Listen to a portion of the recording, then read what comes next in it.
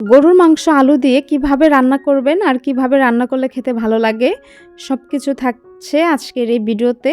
তো আশা করি ভিডিওটা স্কিপ না করে পুরো ভিডিওটা দেখার অনুরোধ রইল। আর ভিডিওর শুরুতে একটা লাইক দিয়ে ভিডিওটা কন্টিনিউ করবেন। তো কথা না বাড়িয়ে মূল ভিডিওটা শুরু করা যাক। প্রথমে আমি মাংসগুলো ভালো করে পরিষ্কার করে নিচ্ছি। এই যে মাংসগুলো একদম ভিজিয়েছিলাম, এখানে আছে 2 কেজির মতো মাংস। মাংসগুলো আমি ভালো করে ক্লিন করে নিয়ে নিচ্ছি। আর এখানে কিন্তু সলিড মাংস আছে, তেল চর্বি হাড় সবই আছে। তো মাংসটা আমার ক্লিন করা হয়েছে। এখন আমি চুলায় বসিয়ে দিলাম একটা প্যান, দিয়ে দিলাম পেঁয়াজ কুচি 1/4 কাপ। পেঁয়াজগুলো দিয়ে বেশ কিছুক্ষণ ভেজে পেঁয়াজগুলো নরম করে নিচ্ছি। আর পেঁয়াজগুলো দ্রুত নরম হওয়ার জন্য দিয়ে দিচ্ছি লবণ। লবণটা দিলে পেঁয়াজগুলো দ্রুত নরম হয়ে যাবে। আর এখানে মাংসগুলোই তো ক্লিন করে নিয়েছি। এখন হচ্ছে আমি দিয়ে দিব মাংসগুলো। পেঁয়াজটা ভাজা হয়ে গেছে, মাংসগুলো দিয়ে দিচ্ছি। মাংসগুলো দিয়ে ভালো করে আমি মিক্স করে নিচ্ছি, পেঁয়াজের সঙ্গে উল্টিয়ে পাল্টিয়ে দিচ্ছি। মাংসগুলো উল্টিয়ে পাল্টিয়ে দেওয়া হয়ে গেলে তারপর দিয়ে দিচ্ছি লং, গোলমরিচ, এলাচ, দারুচিনি, তেজপাতা। দারুচিনিগুলো ভেঙে ভেঙে দিচ্ছি, তেজপাতাও দিয়ে দিলাম টুকরো করে। এখন আবারও মিক্স করে নিচ্ছি। মিক্স করা হয়ে গেলে দিয়ে দিব আদা রসুন বাটা। আদা রসুন বাটা আমি এখানে 3 চামচ দিয়ে দিলাম, একত্রে ব্লেন্ড করে নিয়েছিলাম। হলুদ গুঁড়ো দিয়ে দিলাম 1 চামচ, মরিচ গুঁড়োও দিয়ে দিলাম। এখানে আমি মরিচ গুঁড়ো দিয়ে দিলাম 2 চামচ, জিরে গুঁড়ো দিয়ে দিলাম 1 চামচ, ধনে গুঁড়ো 1 চামচ।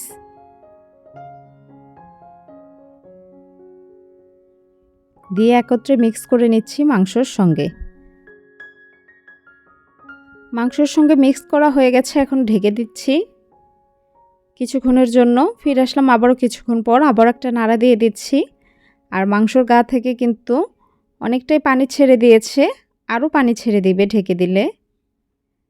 তো হালকা একটা নাড়া দিয়ে আবারও ঢেকে দিচ্ছি।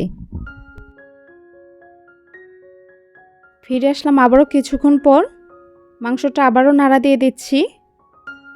আমি কিন্তু অফ ক্যামেরায় অনেকটাই কষিয়ে নিয়েছি, নাড়া দিয়ে আবারও ঢেকে দিচ্ছি। মাংসটা আবারও নাড়া দিয়ে দিচ্ছি।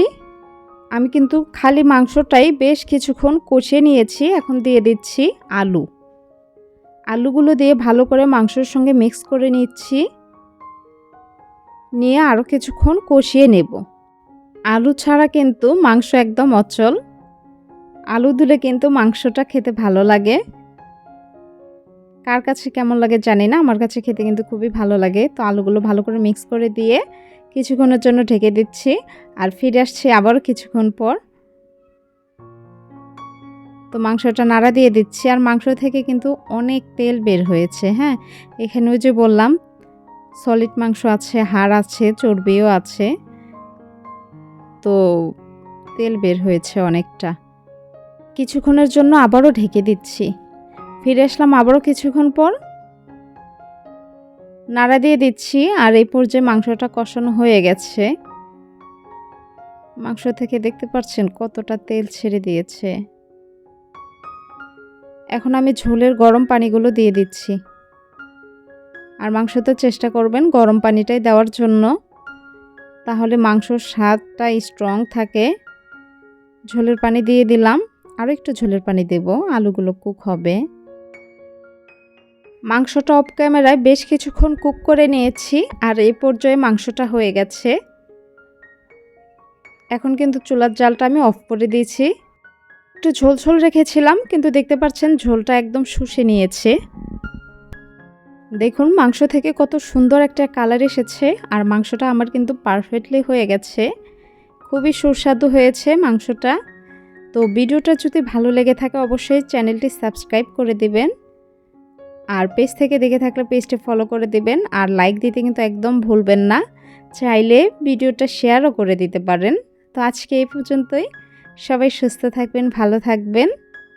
আবারও হাজির হব নতুন কোনো ভিডিও নিয়ে। আল্লাহ হাফেজ।